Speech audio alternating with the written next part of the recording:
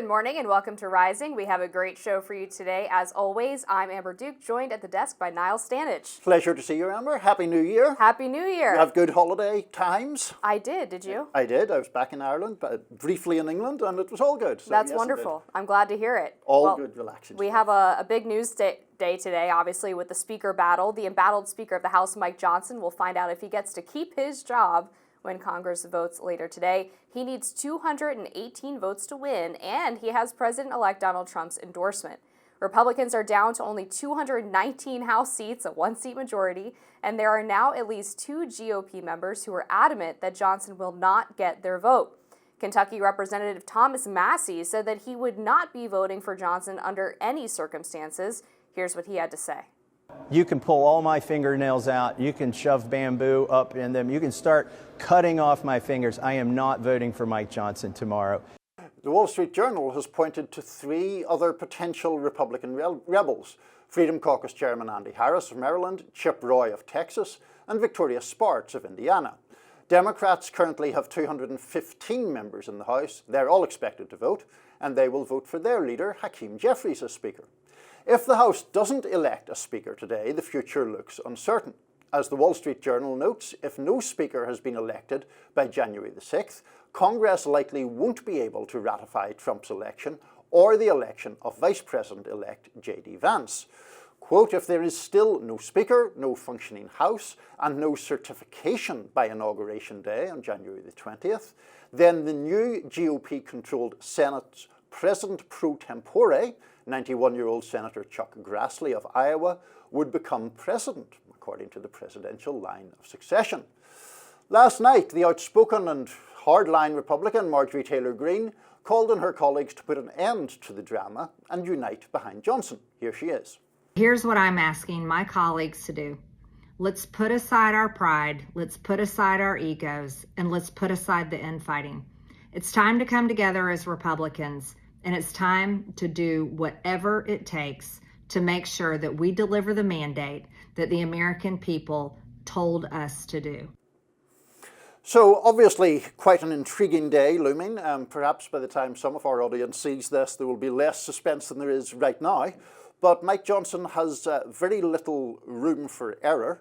He can only afford to lose 2 Republicans, it is assumed, assuming Democrats vote as expected.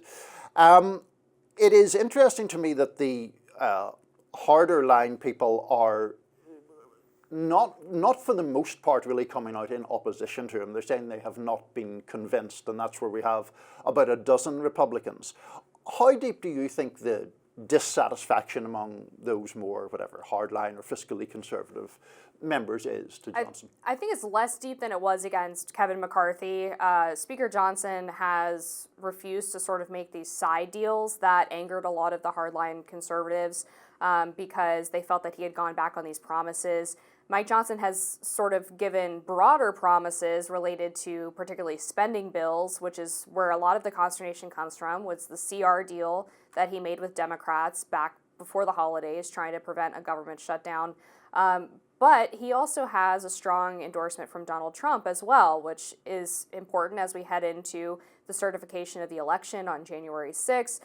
Republicans are not going to want to go into January 6th without a speaker, without the ability to certify that vote and risk angering the president-elect and also his, tampering his ability to potentially get his agenda enacted.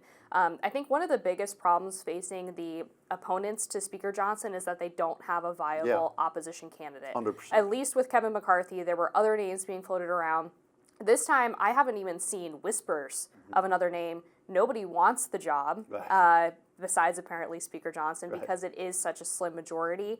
So those factors, I think, really complicate the ability of Thomas Massie and some of his allies to go against Johnson. And Bob Good, I mentioned he's not a member of the 119th Congress, so I don't believe he'll have the ability to vote on this. Is that right? That's what I think. We'll need, maybe someone in the control room can verify that for us. I didn't think that he could. I agree with you, but I stand corrected if that's wrong. To the point about the alternative names, the thing that struck me is the only names I've heard mentioned or Jim Jordan or Steve Scalise, Tom Emmer, people who tried previously the last go-round, generally speaking, to get support for them, and it wasn't forthcoming.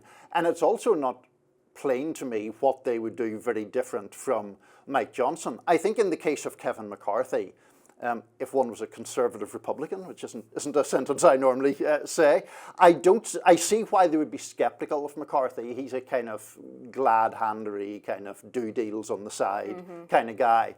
Mike Johnson has flaws like all politicians, and all people have flaws, but I don't think he's really cut from similar cloth. No, I don't get that sense. McCarthy was sort of known as being this sort of sneaky political operator who would kind of do whatever it took to get to the top and wanted to be speaker for a really long time. Mike Johnson was sort of thrust into the role, so that makes him a little bit less of an opportunist like McCarthy was.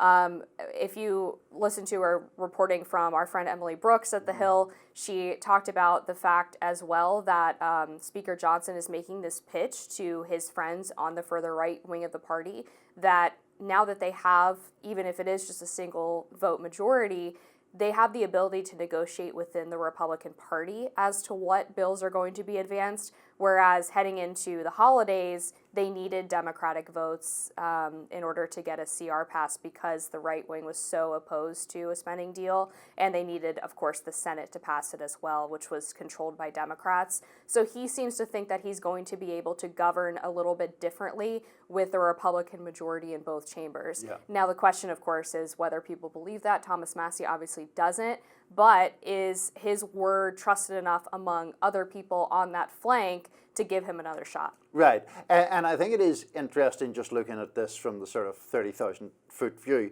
that it seems to me Republicans are aware of how they have damaged themselves in previous speaker battles or in previous instances where there have been chaos in the House. And one example of them trying to correct that is obviously during McCarthy's time there was this idea that just one member could bring forth a motion to vacate, which is a fancy way of saying a motion to try to get rid of the Speaker. Now I see in the new rules package that's been put forth you would need 9 members in order to do that. So that's obviously an attempt to safeguard against the kind of plunge over the abyss into chaos that we've seen in Sure. I mean, obviously these Republicans don't want to go into the second term of a Trump presidency with all of these agenda items that they're interested in pushing through with chaos and disorder.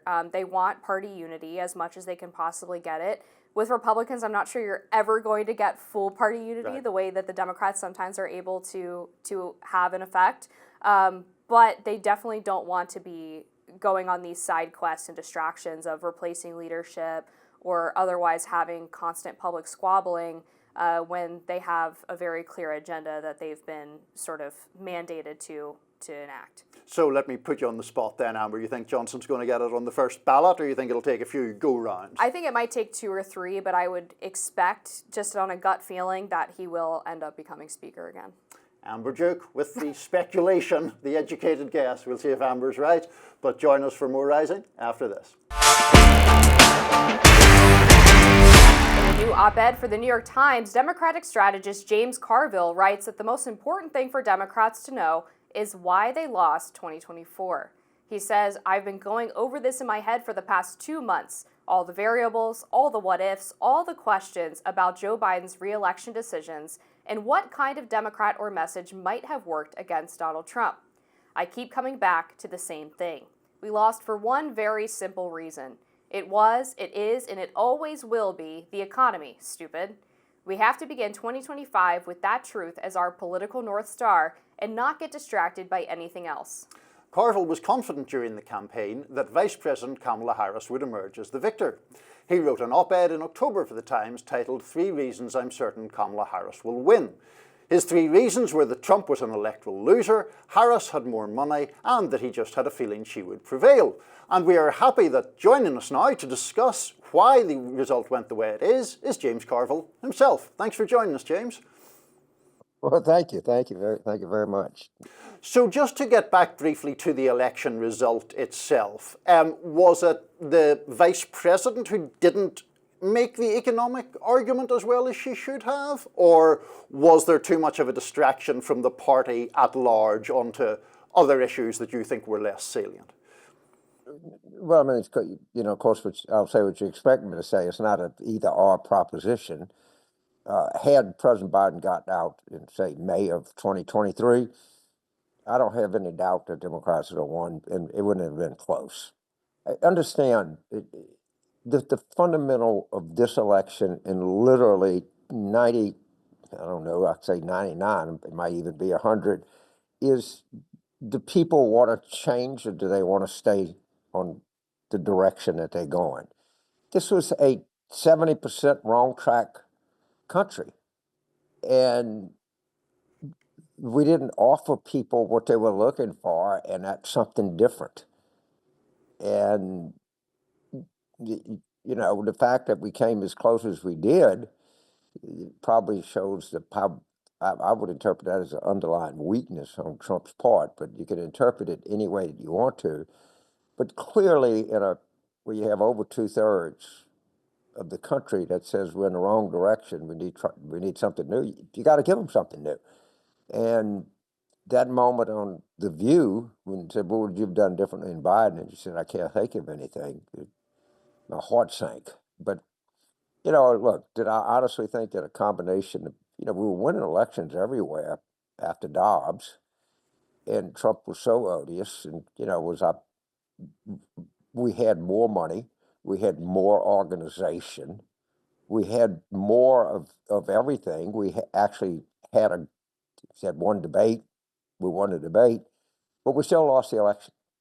And we lost the election for a simple reason. Voters wanted change, and we refused to say we were going to give them change, which is hopefully it never happens again. James, you took some heat from the Democrats during the campaign, saying that Democrats had a liberal women problem, a preachy women problem. What made you think that Kamala Harris could sort of overcome that perception of her as sort of the school marm candidate? Well, I think she was aware of it. I think the Governor Walz election, we could say whether it did any good or not, but that he was clearly a middle of the country, all in on mail. And if you notice, she would talk about if somebody breaks in her house, she's going to shoot them. She didn't use any of that NPR language, which is so devastating to Democrats. That and all of the permutations of that go forward. And I don't have a big, other than that, Mrs. Lincoln, how was the play? But other than offering the voters a change, she actually was a pretty good candidate. You mentioned there, James, what you term NPR language, which I know from previous conversations we have had, you don't really like the term woke or the term wokeness, but by NPR language, I think you mean this kind of, well, what used to be called politically correct language. What is it that you think is electorally so damaging to Democrats about the use of that language? So what you look for with politics revolves around things we call sticky, things that you remember, like defund the police. Okay, 3 stupidest words in the history of the English language, but it's stuck. All right, and they use this code of Latinx, of which literally nobody uses. It actually puts people off. My favorite of all is cultural appropriation. What the hell is that? And I make the case that if you come to New Orleans and you buy a sweatshirt and says, "I got bourbon face on shit street," I'm not going to say you appropriate our culture. You eat red beans and rice, and say you want some more. I mean, the idea, most cultures want to be appropriated, that people are proud of their culture. Yeah, I mean, it's some of the stuff is just so idiotic that it defies imagination that people actually live like this. Could you imagine? I live in a majority black city. If I saw 3 black guys on a street corner and I said, "Good morning, fellas, how are things in the community of color today?" They wouldn't know what I was talking about. They said, "That goddamn guy's crazy, man. Somebody needs to put him away." And I mean, the language is so idiotic and so counterproductive that I have to point that out. Now, we're trying to the credit of the candidates, most everybody is trying to get away from this and rub this stench off. And Hopefully it'll be gone by 2026. But you look at the data, the late-breaking people believed all of this, and NPR have a right to do what they want to do. They still, I listen to it they still use this ridiculous language. I don't know what they think they're doing, but I guess it's their company. They can do what they want with it. But it's very counterproductive. I can tell them that. You write in the New York Times piece that Democrats need to take back the issue of immigration by tying it to economics and having a populist message on that issue. Right. But we have seen overlap between members of the progressive left like Bernie Sanders and the Trump campaign talking about immigration's effect on economics by the way of potentially taking American jobs, Yes. particularly on the H-1B issue. But you seem to have the opposite view of that. How do you figure that importing more foreign laborers is the populist position on immigration? So let me back up on the students. I do not view Senator Sanders. I probably have issued some of his proposals, but he doesn't use very much of that idiotic language, to his credit. Okay, he does talk in ways that people can understand him. What's going to happen on immigration? First of all, you got to make them not so much that they're against immigration, they're anti-immigrant. People, if you poll, people like immigrants. They really do. What they don't like is disorder. And anytime you have disorder, there's a price to pay for it. Now, it's one of these things where we don't use this crazy faculty loud language anymore. The border crossings are now very modest, and it's not disorderly at all. But you got to understand where this policy came from was the identity left that was pushing for open borders, of which no one wants. I say no one wants. I guess some of 5 members of Congress want it, but that's about it. And immigrants are just a real part of American life. And by the way, and we're going to see if Trump fulfills his promises and starts deporting people, this is going to be very, very unpopular. Very unpopular. And just, James, to get back to your economic argument, because the New York Times piece was not just a critique of the language and the identity left and all of that. It was actually an advocacy for concentrating on economics. So basically, your argument is that lots of Republican economic proposals are unpopular, cutting taxes for the rich or imposing tariffs, and that Democrats could really seize the political and economic narrative by talking about things like increasing the minimum wage. That's where you see the path ahead for your party, clearly. Just say, I hear this nonsense. Oh, only 20 states don't have the federal minimum wage. There's not many people. What you're just saying to people, I see you. We need a raise. Okay? The specific is less important. The most popular thing we can do, and it's always the most popular thing, is taxing high-income people and using that revenue to give people who are not high-income people a better opportunity in life. So why didn't we, as opposed to saying inflation is under control, because younger people particularly, think life is too expensive, let's tax incomes over $400,000 a year, take that money and put it in a home buyer mortgage relief fund or rental assistance to people that are being crushed by these high rental rates. I mean, you got to see people where they are, and that would be way more popular than student loan forgiveness, which is a kind of targeted thing. I like to remind people, if I could put one sign at NPR, it'd be there are more students at Miami-Dade than there are in the entire Ivy League. All right, and we tend to forget that. We think every 22-year-old just graduated from Duke, and that's clearly not the case.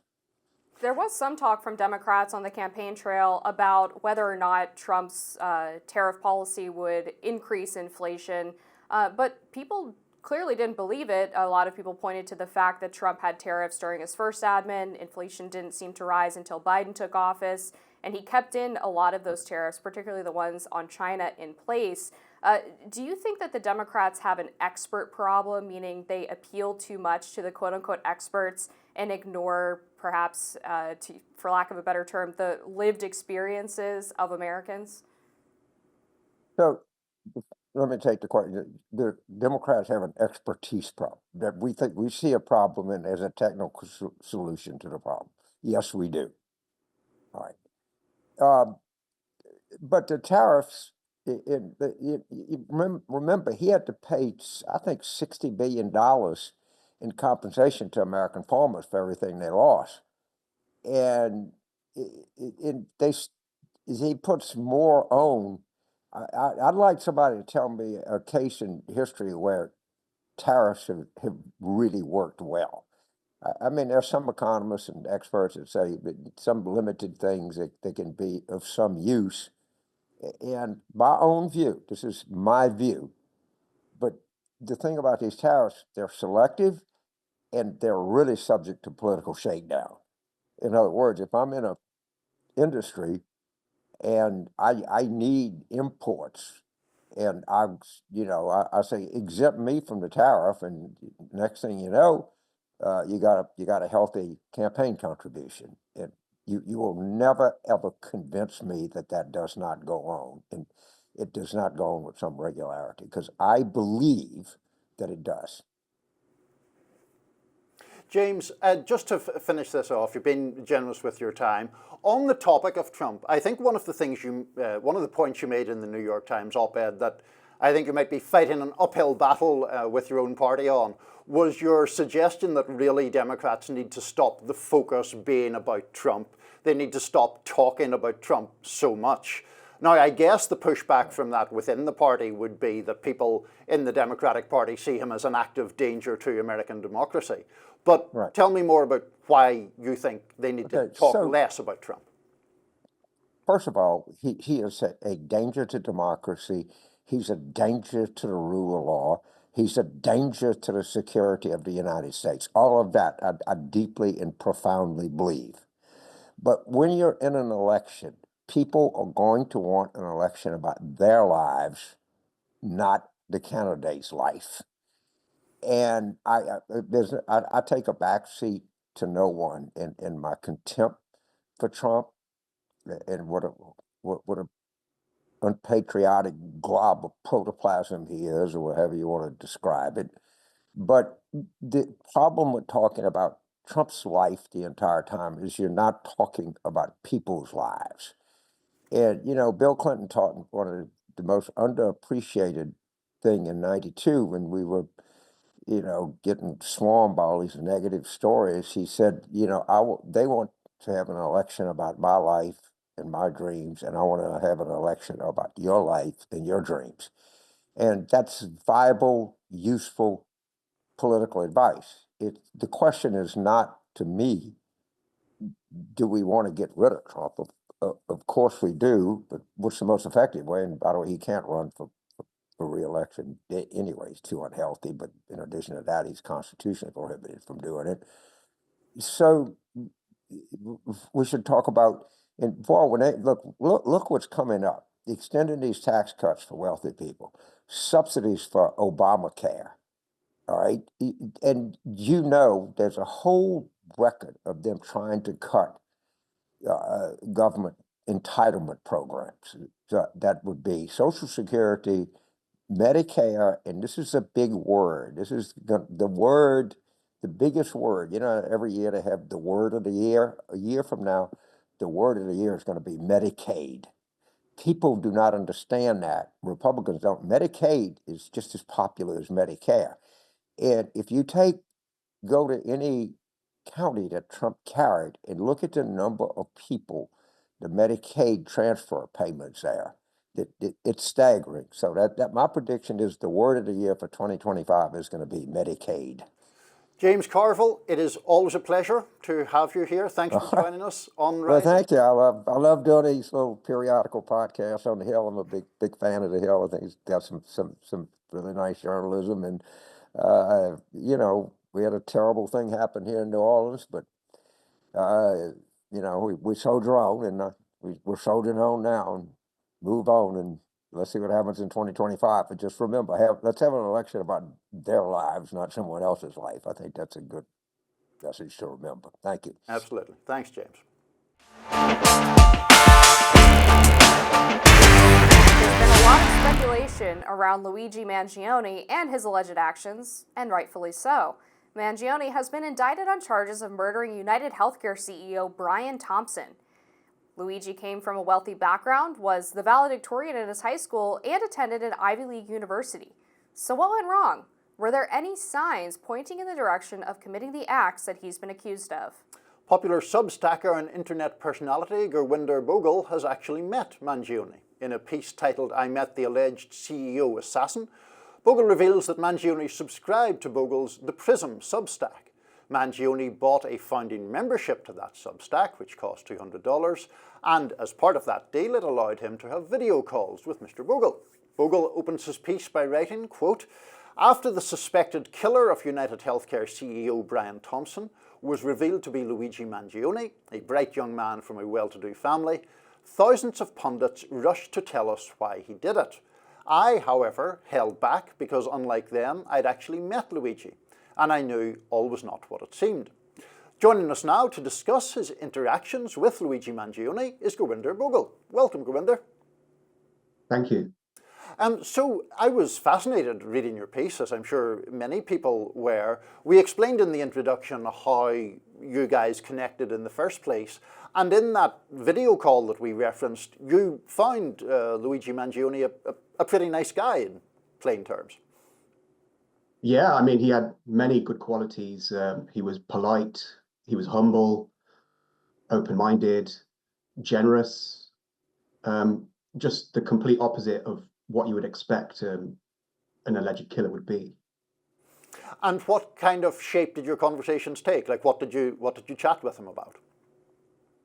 So it was a 2-hour conversation, so we covered so many different subjects. But I think the general theme of the conversation was probably agency. One of the things that Luigi was very concerned with was the effect that tech companies were having on people's agency. Basically, he believed that it was taking away people's autonomy by addicting them to apps and, making people sort of tribal on social media and, just sort of affecting human behavior online. And he was quite concerned about this. He believed it was particularly bad in Japan because when I had a conversation with him, he was in Japan. And he believed that basically Japan had become a kind of place where people are not leaving their homes because they're addicted to the internet. They're addicted to their phones, they're addicted to their laptops. And he felt that this was also happening in the West as well. And so he found this was a problem for himself. He actually confessed to me that he spent many mornings and afternoons just sort of on his computer, just sort of doom scrolling on social media. And so we tried to find ways for him to be less addicted to social media. Yeah. You also talk about a conversation you all had about inherited or generational trauma and a disagreement you had on that issue. Luigi was apparently of the belief that trauma could be inherited from parents genetically. You pushed back on that claim, and you point out that that kind of mindset can lead someone to sort of passively accept their fate as opposed to working against it. Do you think that could have potentially played a role in perhaps his feeling that he was sort of powerless to change forces around him? I don't know. I mean, he was generally optimistic. He didn't seem like he was much of a doomer. He seemed like he was actually he did have a somewhat pessimistic worldview, but he also was very interested in action. He wanted to change things. So he wasn't somebody who just was resigned, to his fate or anything like that. He actually, one of the things that he kept saying to me was that I needed to be more positive, actually, because one of the themes of my writing is that I talk a lot about the problems of the modern age, the digital age. And he said that he wanted me to focus more on action, on how we can actually change things rather than just reiterating the problems. So he was interested in solutions. The thing with the genetics, I think, may have been a misunderstanding because, I mean, I can't even remember how we started talking about intergenerational trauma, but he just said to me that he believed it was sort of inherited like generational wealth. And so I just thought maybe he was talking about this thing called epigenetic trauma, which I regard as pseudoscience. And so we had a bit of a disagreement there. And then I sent him an article afterwards because I just didn't want him to believe that, you know, if he had any trauma, that it was sort of in his genes. So I sent him an article debunking it.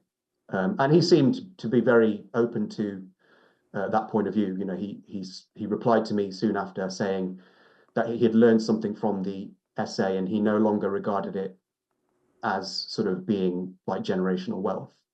And Gurwinder, you had, sorry, do you want to finish that thought? Sorry, carry on. So you mentioned in the piece that you have a few interactions on social media with him, and then I think you yourself took a step back, unrelated to anything pertaining to him, of course, from social media, and it appears that he himself may have become a little more isolated and withdrawn more broadly from societal interaction. To be clear, you write that you were sickened by the murder of which he is accused, but then you go on to say that the manifesto, so-called manifesto that has been attributed to him, was one that you found, well, you disagreed with it, but you also found it a little disappointing. You felt that it wasn't as intellectually strong as the person whom you had interacted with. Just tell us a little more about that.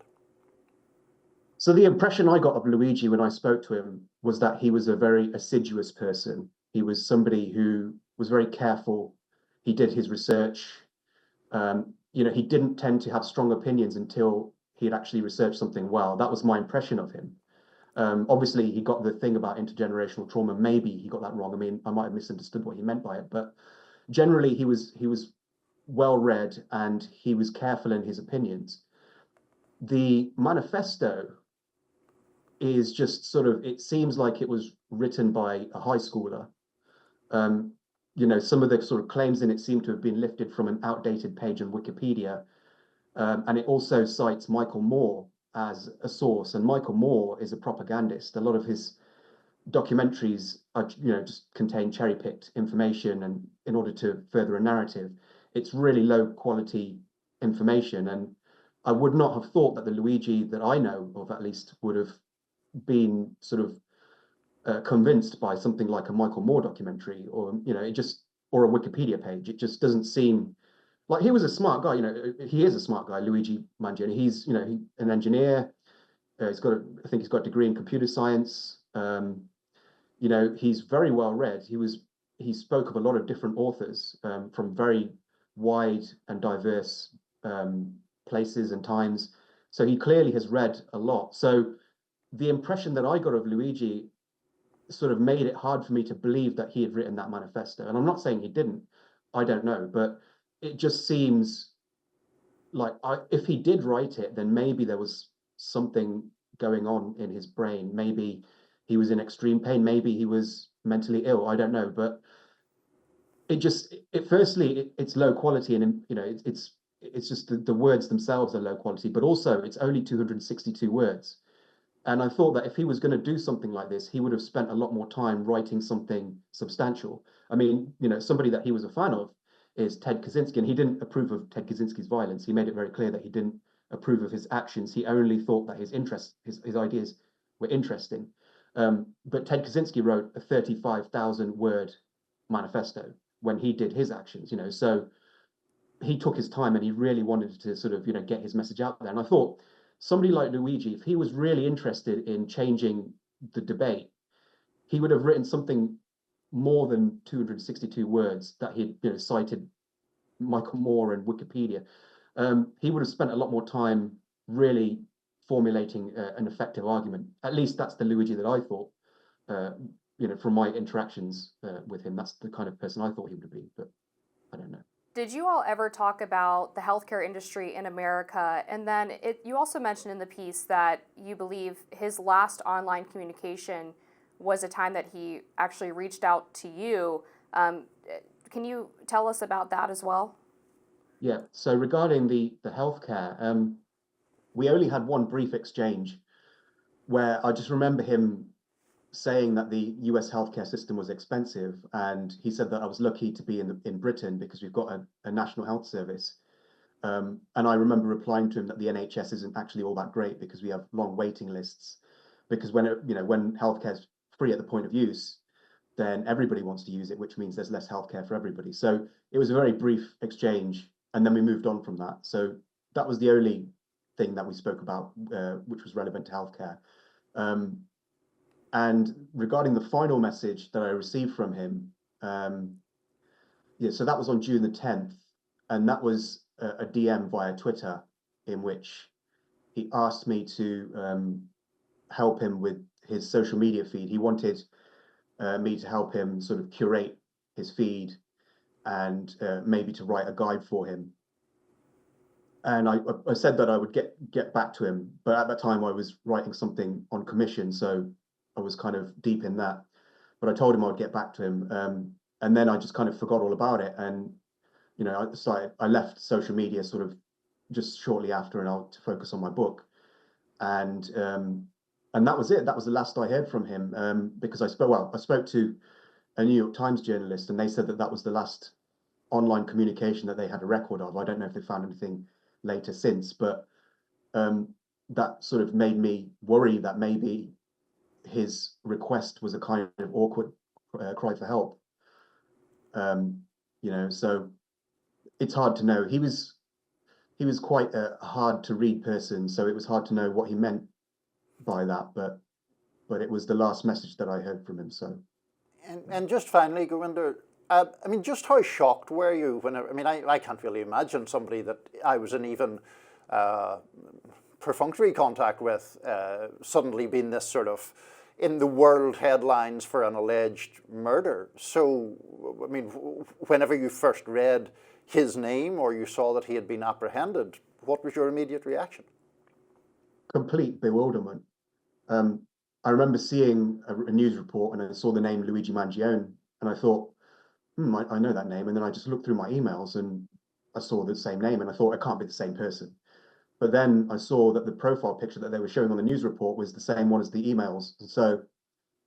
And then it just kind of, then it really hit me. And I'm still having trouble believing it, this is why there's a part of me that kind of believes that maybe he's innocent. I know that the evidence against him is quite strong. I've heard that there's DNA evidence against him and surveillance evidence, and apparently they found a bag with stuff in it. But it would be much easier on my mind if he was just framed, or if he was, just the wrong guy. But like I say in my piece, sometimes the nicest people turn out to be capable of the greatest cruelty, because the same sort of the same thing that makes them cruel can make them kind. It's this kind of emotional impulsivity, which can, make people who are very kind very cruel. So that could help explain it. The main thing is that's sort of bugging me is the intelligence gap between the Luigi that I spoke to and the Luigi who allegedly wrote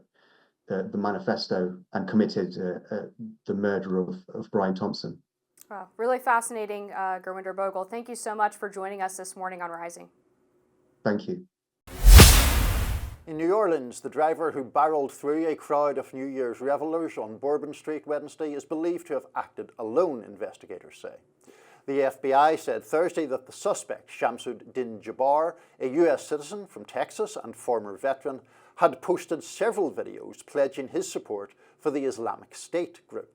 Jabbar's half-brother, Abdur Rahim Jabbar, told Fox News that Jabbar joined the army to find something to set him straight, and said that he found his way back to Islam after his 2022 divorce. His half-brother said he did not see any signs prior to the attack, and said that this, quote, was not a direct reflection of his brother and the Muslim community. The New York Post's Texas reporter, Jenny Terre, had exclusive access to the alleged terrorist's Houston home. Here's a look. He had this work area here, lots of different chemicals splayed around, and different electronics. This is, again, a work setup. Left receipts. just very unkempt in here. And his, what appears to be his collection of religious materials, his Qurans, an open Quran with a passage there, as well as even the Bible here, but mostly books on Islam, and his prayer rug just to the left of me here. This seems to be some sort of workspace, again, with other chemicals here. The light's still on, some kind of station set up here. We're not really sure what that was for, in, you know, what we can assume was also a bedroom. The FBI says no connection has been found between the New Orleans attack and the Tesla Cybertruck that exploded outside a Trump hotel in Las Vegas on Wednesday. Authorities say the truck driver shot himself in the head immediately before the vehicle was engulfed in flames. Military officials identified the driver as an Army Master Sergeant who had been on leave from active duty. These two violent acts come just weeks before Donald Trump will assume the presidency. Trump has repeatedly mentioned the goal of shrinking the size of federal agencies, and two of his right-hand men are at the helm of this endeavour, Elon Musk and Vivek Ramaswamy. The duo will lead the Department of Government Efficiency. Trump's pick to head the FBI, Kash Patel, has vowed to help dismantle that same organisation that he is set to lead. So could this do more harm than good in the wave of violence that has already defined the first days of 2025? So, first of all, that was pretty remarkable, that insight there from Jenny Terre, who seems to have got access. I don't know the backstory, whether she just walked in or exactly how that happened, but I mean, great detail there and great insight. It's wild that she was able to get access to what is presumably an active crime scene. I don't know how she got in there. I believe she said she was later kicked out by a law enforcement officer, but yeah, I want to know more about that. It's a very strange video. I've never seen anything like that before. It almost raises more questions than answers. That being said, I think there's going to be a lot to investigate related to this incident. This guy apparently had ties to ISIS, had been flying an ISIS flag on the back of his truck, and the sort of general posture from people who have been looking at the aftermath of this is, how did the FBI miss this? And that's where this criticism from Trump, Elon Musk, Vivek Ramaswamy, and Kash Patel of the FBI comes back into play, whether it's mass shooters who have been tipped off to the FBI somehow being able to run free and end up committing these crazy violent acts, or missing terroristic threats, missing ties to ISIS. Some national security experts fear that there are actually quite a few ISIS sleeper cells in the United States. I think there's a lot of reason to be concerned. I think there are reasons to be concerned. I think where we differ is that, you know, we were just talking in a previous segment about the FBI and related agencies, and I was saying that I find it disconcerting that the left or liberals have often come to be reflexively defensive of the FBI. The FBI has lots of flaws and gets things wrong. The problem, I think, and where I certainly disagree with someone like Kash Patel, is that it just seems obvious to me, even from any perspective, that there is a need for some form of national domestic law enforcement agency. I don't think that authority can just be purely delegated to local law enforcement agencies, given the complexity of the United States. Now, they seem to argue two things. One is that the FBI treated Trump unfairly, which I don't agree with, but that's a whole other argument to litigate. And secondly, that you should just abolish the FBI. And I don't see failures or failings to mean that the solution is to get rid of it. Of course, it is always going to be very difficult to secure a free society from any and all acts of domestic terrorism. In order to do that, you would have to curtail freedoms to such an extent that most people in this country would not find it acceptable. That doesn't mean we should exculpate the FBI from things that it gets wrong. But to go from this agency is flawed, or it missed this clue or that clue, to let's abolish the FBI seems just to an exaggerated stretch to me. Yeah, I'm sort of undecided on that question, but I will say that I think that the FBI is at the very least in need of drastic reform. It has gotten increasingly administrative over the past 2 decades.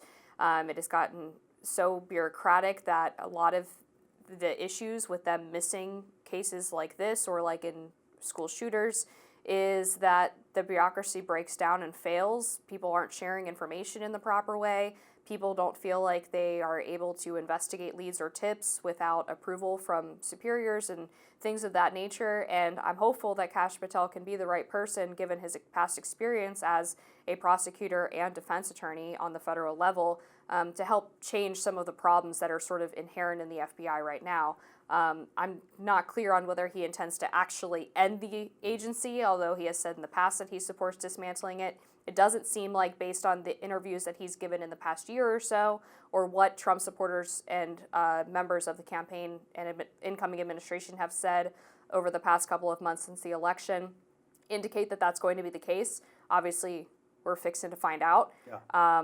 But let's also talk about this Tesla Cybertruck explosion. Let's do that, but let me just take up the Kash Patel point for a second, because one can make arguments about whether the FBI is too bureaucratic and so on and so forth. But like one of those interviews he gave, and this is to the Sean Ryan show in September, he said, "I'd shut down the FBI Hoover building on day one and reopen it the next day as a museum of the deep state." Okay, whatever. That I guess is, throwing some red meat to the Trump people. But then he goes on to say that he would take the 7,000 employees, and this is the quote, "send them across America to chase down criminals, go be cops." Now, to me, that's just a kind of cartoonish proposal that implies that intelligence gathering, detective work, basically, is different from what the FBI should be doing, and the FBI should be acting in some sort of cop show way in car chases or whatever. That is just a sort of facile or juvenile way of viewing the process of law enforcement, it seems. I suppose I'm not expert enough to comment on whether or not they should be doing that. What I get from that comment is that he wants to put more work in FBI field offices and away from the sort of administrative state posture of the building in D.C. Yeah, but I think he wants to do something more radical than that. But anyway, go on to you wanted to talk about the Vegas issue. Yeah, I mean, it's another very fascinating case. There's a lot that is confusing here. There's this guy who apparently was recently estranged from his wife, but had a girlfriend, also had a 6-month-old baby, and was texting the girlfriend, according to newly released texts, about how excited he was about this Cybertruck. And he has family members who say that he had much more professional explosive experience than what apparently happened with the explosion outside of the Trump Tower event, and that he was a Trump supporter. So there's this really odd sort of disconnect between what his personal views were, his posture in his personal life, and then the act he allegedly committed, which appeared to be symbolic of the Tesla Cybertruck exploding outside of a Trump hotel. There's a lot that doesn't square here for me. No, there is a lot, and to the point about the apparently rudimentary nature of the explosives. This is a guy who's a Green Beret, still in, or was until he killed himself, was still in the armed forces, was on approved leave at the time. So, this is what investigators are saying, at least, that the expertise he has doesn't seem to tally with what he actually did. So it's a very curious case, that one. Very curious. We're going to continue to follow it, of course, here on Rising. We'll have more after this. Stick around. Tech billionaire Elon Musk is not shying away from the fact that he's ripped several conservative X users, some who have criticized him, from their verification badge in monetization. Internet personality Laura Loomer, New York Young Republican Club President Gavin Wax, and InfoWars host Owen Schroyer are among those who lost their badges. All of them had criticized Musk for his support of H-1B visas and remarks he had made about the issue. Loomer told Newsweek yesterday that nobody from X had gotten back to her regarding the incident. Podcaster Nicole Benham wrote on X, quote, "People getting demonetized for their inexcusable behavior, then complaining about free speech is hilarious to me. You can say whatever you want, you just can't get paid for it. Hope this helps." Musk responded to that tweet, writing, "Exactly. The First Amendment is protection for free speech, not paid speech." Oh boy. Well, quite a lot to talk about here. This does not seem to be quite in line with Elon Musk's promise that X is going to be a platform for free speech. No. Now, I know a lot of people have objections to Laura Loomer. I know Gavin Wax quite well. I'm kind of shocked that he was lumped into this whole category as well. And it's sort of the infamous lesson we should have learned from the Alex Jones deplatforming, which was you come for somebody that everybody considers extreme, and all of a sudden you're next on the chopping block. Well, I'm very critical of Alex Jones, and I certainly would be very critical of Laura Loomer. I don't know your friend Gavin Wax? Yeah, I don't know anything about him, I'm afraid, but if he's your friend, that's all to the good. My basic objection here is Elon putting forth this idea that he is a great defender of radical free speech. Right. That he, since having taken over what was then Twitter and made it X, has made it this sort of neutral space where everyone can talk and make their presence felt. It is, of course, true that private corporations can take action that they wish, particularly if they own the platform. In a workplace, one cannot vent opinions that are considered gratuitously offensive or racist or abusive or sexist and expect to get no sanction for it. Free speech is a protection from the government taking action on speech grounds, generally speaking. But I do find it kind of ironic that Elon, having tried to nail his colours to the free speech mast, is now at least trying to penalise people essentially for disagreeing with him, it seems to me. Exactly. I mean, so Gavin Wax tweeted this on December 26th. Insane that blue checks are being removed from accounts that have been vocal in their criticism of the H-1B racket. I've supported Elon and X. Anyone who was at the New York Young Republicans Gala can attest that I dedicated a large portion of my speech to praising Elon, so it does give the impression that he's only doing this because he's upset that people were criticizing his posture on H-1B visas, and this has been a very rambunctious debate among sort of MAGA acolytes, as well as some of the recent tech introductions to MAGA and Trump world, and when you listen to some of the things that have been said by Elon Musk and Vivek Ramaswamy, they've sort of welcomed the debate to an extent, saying that this is what makes the Republican Party and conservatism so great, is that you can have these sort of conversations and dialogues, but then to turn around and wipe the blue checks from people who were engaged in it is interesting. And I noticed that Gavin's blue check is back, so maybe some of the criticism was heard. I'm going to check Laura Loomer in just a second. But yeah, it's not a good look, and it is hypocritical for Elon Musk to do that. Same thing if he were to do it to progressives who criticized him. That's not in keeping with the spirit of what he said he wants this platform to be, which is this radical free speech platform. And I think it's fair to say that although, as you talked about, the First Amendment protections are related to government censorship, I think generally speaking, conservatives would agree that it's good to have a culture of free speech as well, which is why we generally support these platforms being sort of open forums for a wide variety of voices and views. Yeah, I mean, I think the big question for me, excuse me, is the way that this places under a cloud what Elon Musk claims that he wants or claims that he wishes to represent.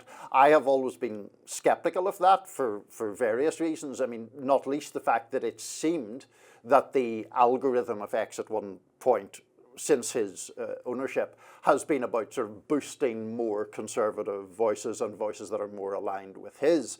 But beyond that, the H-1B visas debate, I think, is a very fascinating debate, and it really has created this schism between the Laura Loomer, Steve Bannon people on one hand and the Elon Vivek people on the other, and has therefore split or certainly caused significant divisions within broadly the pro-Trump world, between people who see those visas as a way for very rich people to essentially take advantage of the system versus the Elon Musk argument, which is that it is essential for the replenishment of American sort of entrepreneurship and the tech industry in particular to bring people in. Yeah, exactly. And I think it's, going back to when Elon Musk first started sort of becoming a Republican, so to speak, I was kind of warning people about some of his, I guess you describe it as humanistic views. I mean, supporting putting microchips in people's brains, things like that. I was always very skeptical of, still am. Yeah. It's glad to hear us. Glad to hear we're not in favor of microchips. No, I mean, it's this like very radical version of technology that is not something I'm on board with. But so long as he's sticking to issues like free speech and cutting wasteful government spending, it's like, okay, yeah, there's room for you here in this movement. But now that he's wading into these debates on economic populism and immigration in ways that are sort of contrary to what the America First movement was sort of built on back in 2015, okay, what is your motivation on these other issues, right? Clearly, you are a CEO of multiple big tech companies who would love to have H-1B visa holders working at perhaps lower wages than Americans who graduate with STEM degrees. And of course, you would love to have someone who is tied to your company and can't actually be an entrepreneur because the H-1B visa is based on the employer that you have it with, and you lose it if you try to go somewhere else.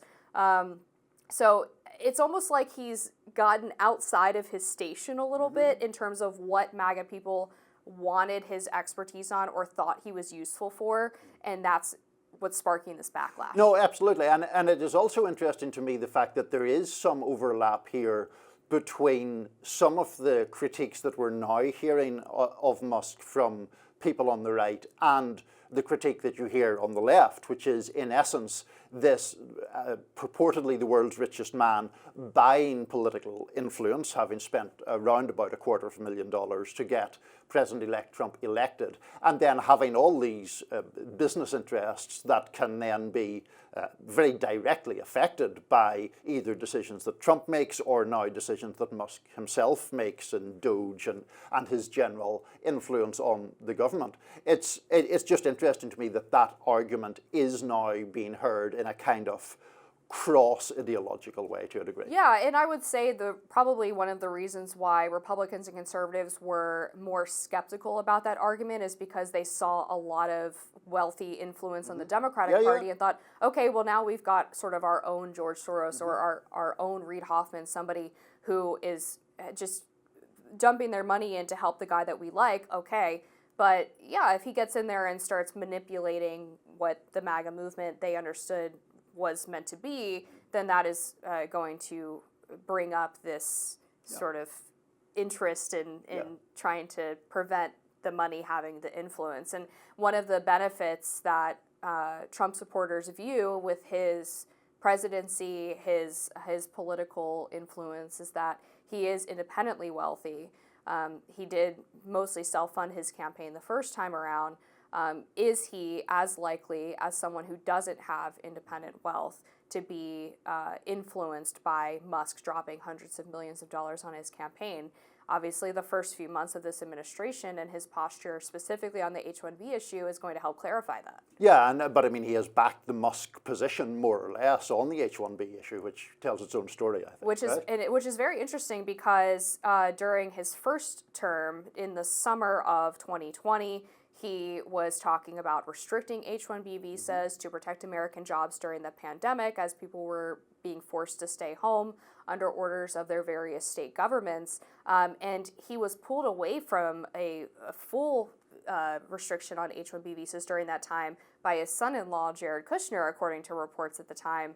Is Elon Musk the new Jared Kushner, is what everyone is now wondering. That is, I think, a good question to end on. Is Elon Musk the new Jared Kushner? Weigh in the comments if you feel inclined, and we'll be back with more Rising after this.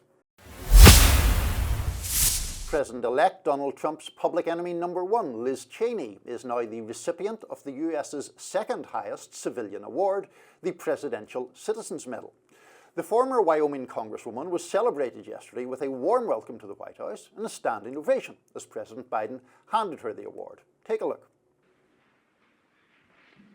Elizabeth L. Cheney, for putting the American people over party.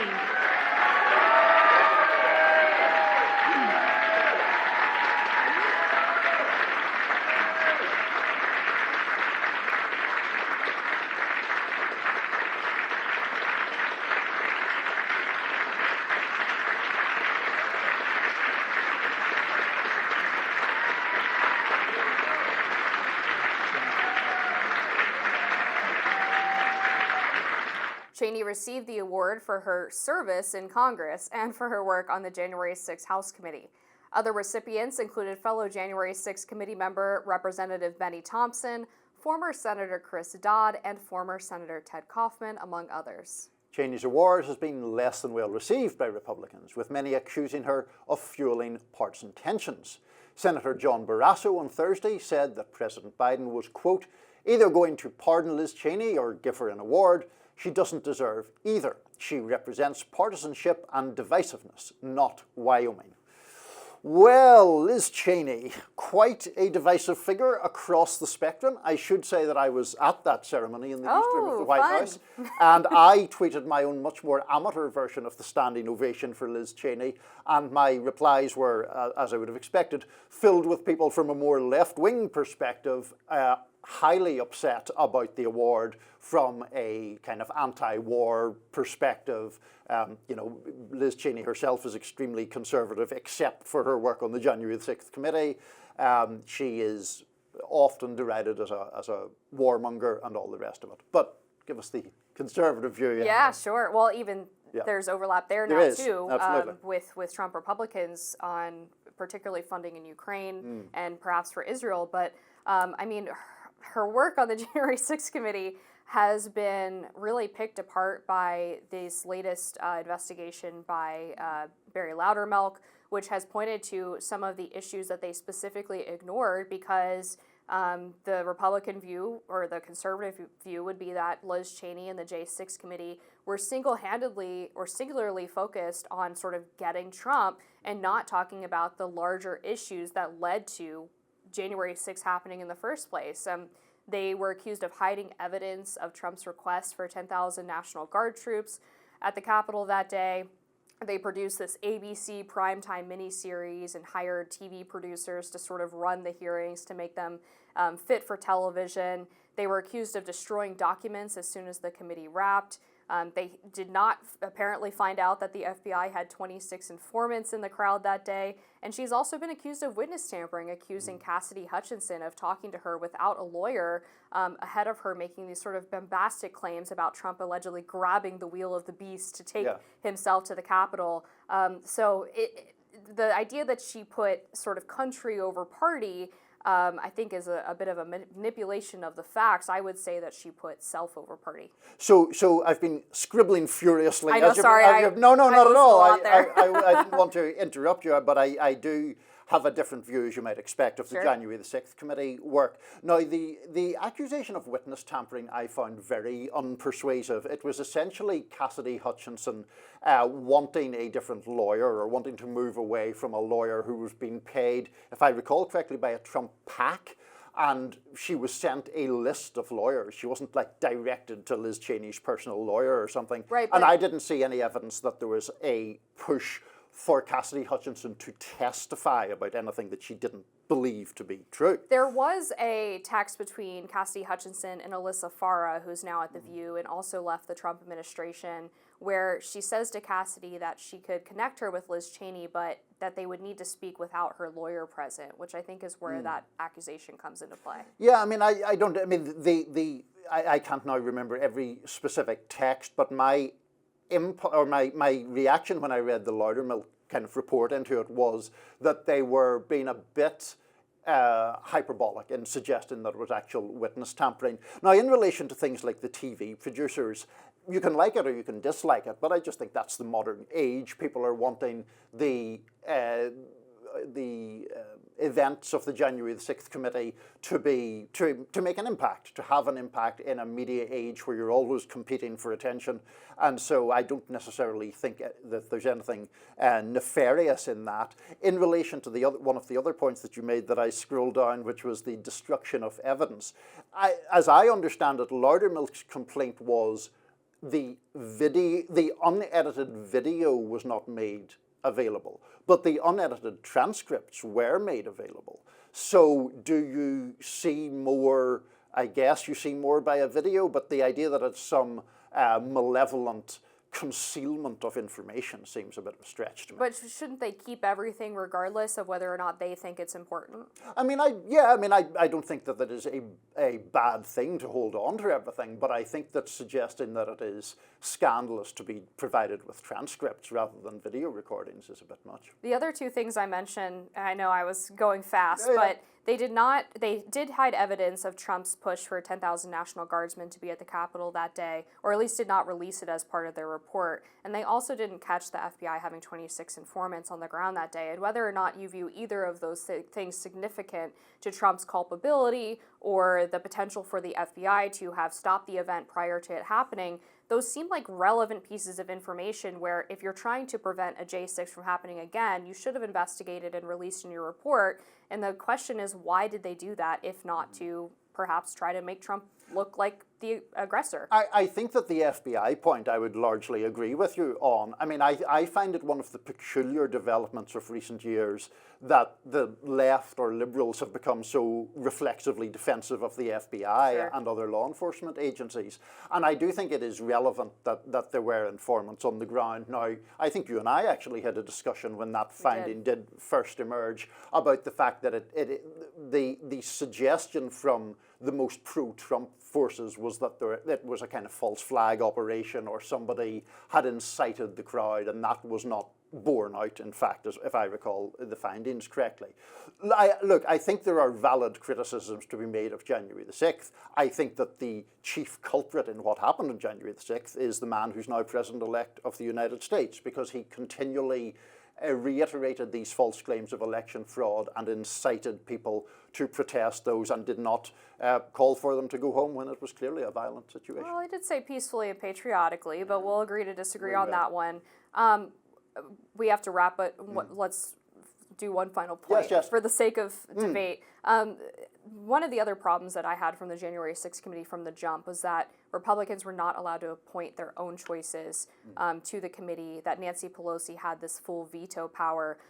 Do you think that the committee would have been better served if they had had their first pick from the Republican side to serve on that committee and perhaps investigate some of these other threads unrelated to Trump that were interesting, related to the security of the Capitol and the National Guardsmen and things like that? I think that if there was a good faith effort to investigate January the 6th by members of both parties, that would be beneficial. I think the problem or the danger was the idea that pro-Trump Republicans would be acting simply to thwart an investigation rather than to look at other additional threads within it. All right, we're going to leave it there. We have a lot more to cover on Rising. Stick around. Is life imitating art? Well, Blake Lively and Justin Baldoni, who star in the film It Ends With Us, have a real-life drama that is weirdly close to the movie plot. The film depicts Lily Bloom, who finds herself falling in love with Riley Kincaid, but the relationship turns abusive. Rumors of an alleged feud between Lively and Baldoni circulated during the film's promotion in August of 2024. Fans noticed that Lively was doing press for the movie, while Baldoni did not join her for interviews. During that time, Lively also received backlash over being cavalier about the movie's domestic violence theme. But the plot thickens. Baldoni is now suing the New York Times for $250 million after the outlet reported that his public relations team was behind a smear campaign against his co-star. Baldoni alleges libel, invasion of privacy, and breach of contract. The New York Times article from December 21st carried the headline, "We Can Bury Anyone Inside a Hollywood Smear Machine." The day before the article was published, Lively filed a lawsuit alleging that Baldoni engaged in inappropriate sexual conduct in and out of the workplace. Lively complained that Baldoni and Jamie Heath, the movie's lead producer, had repeatedly violated physical boundaries and made sexual comments to her during the film of It Ends With Us. That's according to the New York Times. The article also said that the two men hired a crisis PR expert with the aim of damaging Lively's reputation. The New York Times reported that Baldoni's crisis publicist said, "We can bury anyone." Hollywood has taken sides. Colleen Hoover, author of the novel that inspired the movie, posted this on Instagram. "Blake Lively, you have been nothing but honest, kind, supportive and patient since the day we met. Thank you for being exactly the human being that you are. Never change, never wilt." Amber Heard also weighed in after it was reported that Baldoni hired the same crisis PR manager as her ex, Johnny Depp. Quote, "Social media is the absolute personification of the classic saying, a lie travels halfway around the world before the truth can get its boots on. I saw this firsthand and up close. It is as horrifying as it is destructive, according to an NBC News report. Lively's brother-in-law and fellow actor, Bart Johnson, slammed Baldoni, writing, "He's a fraud. He puts on the costume of a hero, man bun and all. Used all of the trendy catchphrases and buzzwords for his podcasts. None of it's genuine. It's all theatre, and everyone fell for it for years. Re-watch his video with a more critical eye and watch him compliment and praise himself with faux humility and self-deprecation. What a performance." Well, this is all a mess. It is. Firstly, I haven't seen the movie. I don't know if you have or not. But I mean, Blake Lively has made pretty serious allegations about sexual comments being made to her, about people coming into her trailer when she's topless and getting body makeup removed despite her asking them to look away and all of that. So those are obviously serious allegations that should not take place. Now we have Baldoni suing the New York Times for libel. He is arguing in essence that the Times reporters left out details in text messages that would cut against Blake Lively's case. Yeah, I mean, this all goes back to the promotion for this movie where Blake Lively was the subject of a lot of negative press for her sort of unwillingness to talk about domestic violence scenes in the movie and instead keep her press tour sort of lighthearted. And now it's being alleged that Justin Baldoni was behind a lot of the news stories that sort of painted her in this light of being uncaring, and then also bringing up old interviews that she had done with reporters in which she appeared to be less than kind to the interviewers. And Blake Lively is alleging that this was retaliation for her unwillingness to tolerate his comments of a sexual nature. I guess we'll see, obviously, who is in the right here, where the evidence falls. But I did find that tweet from Blake Lively's, was it her brother-in-law, talking about how he has the man bun and all, sort of the male feminist persona, which is quite a funny picture to think of. Yeah, I'm not sure who I believe in this one. No.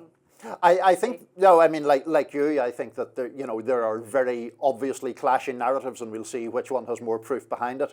I do think that one of the interesting things that has been exposed in the reporting has just been the behind-the-scenes kind of chicanery with pushing back or trying to promote it. Allegedly, we should stress, because it is subject to a legal case, Baldoni's team allegedly trying to boost positive stories about him, but also allegedly trying to smear Blake Lively. He and his team very vehemently deny that. They say that it is not retaliation, that it is all, they didn't take proactive action, they've only defended themselves from her complaints. Just the insight into the Hollywood and social media PR machine, I think, is interesting in itself. Yeah, it is definitely a reminder to be careful about what you read and wait until all of the facts come out before rushing to judgment. One of the interesting threads I found in this, too, was regarding these allegations that Blake Lively was insufficiently passionate about or sensitive to the nature of the film and the topic of domestic violence, was that in this New York Times article, they talk about how the entire team on the movie had a meeting to discuss press strategy before heading out, and that everyone was told to kind of keep it away from the DV themes because they didn't want to have actors talking about it in a way that was poorly received by the public or to give too much attention to sort of a negative narrative, and that it was Justin Baldoni who actually veered off script and gave the impression that the rest of the cast did not care because he was the only one talking about it. So it was alleged to be this very sort of self-serving move so that he could appear to be the very sensitive, caring, sort of more feminist character in this whole PR tour. No, absolutely. And the basic fact, I think, is that we have here a lot of people who are trying to present the absolutely most positive, most virtuous persona of themselves, and somebody's not telling the truth, but we shall see. We shall. We have more Rising after this. Stick around. Will Ladies' Night be relegated to history? The marketing ploy that lets women pay less than men for food and drinks has typically been good for business. Simply, a large crowd of women tends to draw more men and in turn more money. But a family-owned restaurant in Lima in the San Francisco area is the latest casualty of woke policies. it could no longer afford to stay open after it settled a ladies' night discrimination lawsuit, which was initially filed in 2023. The UNRRA Civil Rights Act, a California law established in 1959, says businesses cannot discriminate against religion, race, and gender. That means Lima's ladies' night promotion offering women drinks, including wine, at half price for 3 hours each week was no longer allowed. Plaintiffs said Lima's ladies' night violated the equal rights of men and transgender individuals who don't identify as female. John Marquez, the chef and owner of Lima, told ABC News, "It's a frivolous lawsuit that took us down. It's just ambulance-chasing lawyers." Lima is not the first small business to be sued over a ladies' night promotion. Since UNRRA's enactment, a slew of lawsuits have occurred. This has led to a steep drop in ladies' night promotions. Rebecca Neiman, professor at the University of San Diego, says, quote, "A lot of these small mom-and-pop type bars might not know about this law, which is why you see these lawsuits still happening with these extremely small proprietors." Many patrons are distraught over Lima's closure, some posting on Facebook that people are, quote, "nowadays too narrow-minded and too sensitive to whatever's revolving around them, filing a lawsuit for the sake of destroying someone's livelihood." "This is horrible," someone else wrote. "You guys had the best Peruvian food in the Bay Area." Author and television personality Carol Roth wrote on X, "This is both sad and infuriating. All this BS does is destroy a small family business shutting down after being sued for discrimination for having a ladies' night promotion. California, of course." Co-host of the Outlaws radio show, Darby O'Morrow, weighed in, "This is both sad and infuriating." That's the same quote, right? The script has the previous quote. So I can see the tweet. So let's just go back to where he weighs in and I'll read it off the tweet. You see what I mean the problem is? Okay, I'll go from there. Co-host of the Outlaws radio show, Davy O'Morrow, excuse me, "This is not just stupid, but it's dangerous. This is the kind of crap that gives ammunition to nefarious actors who want to dismantle civil rights protections in this country. Because some stupid bureaucrat takes it to the extreme and ends up doing foolishness like this."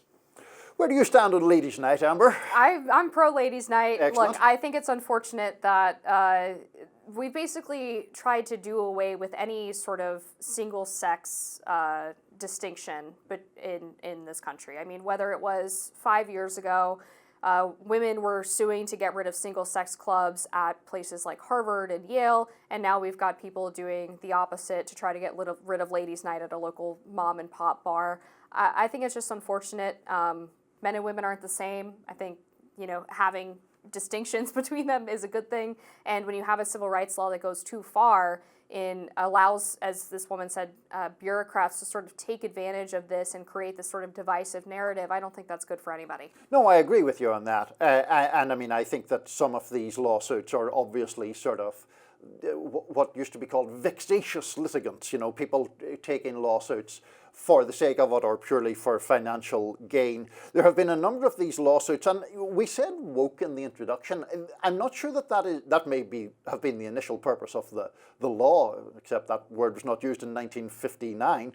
But there's one particular lawyer who's taken a lot of these cases against women-only events or female-oriented actions, and some of them are very, very flippant in my view.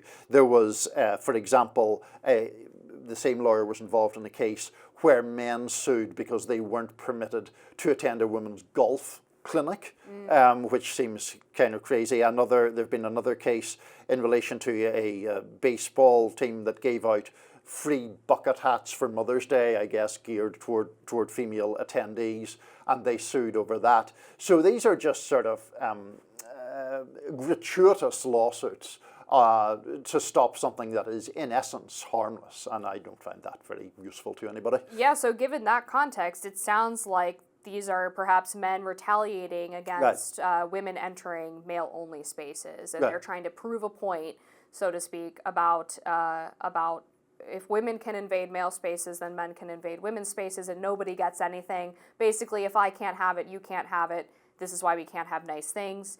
I understand the motivation there and the frustration at women sort of joining either single-sex men's clubs, or another example is the Boy Scouts, allowing girls to enter that organization. I'm opposed to all of that, and it's just sad that we've gotten to a place where now it's going the other direction too, and we're all going to lose everything in regards to sex distinctions. I just think people should be a bit more grown up about these things and not constantly be looking for reasons to sue. But anyway. Yeah, I agree. All right, men stay out of women's spaces, women stay out of men's spaces, and then we can all be happy. Perfect. That's going to do it for us today on Rising. As always, be sure to like, share, and subscribe. And for those of you who like to listen while on the go, we are now available anywhere you listen to podcasts.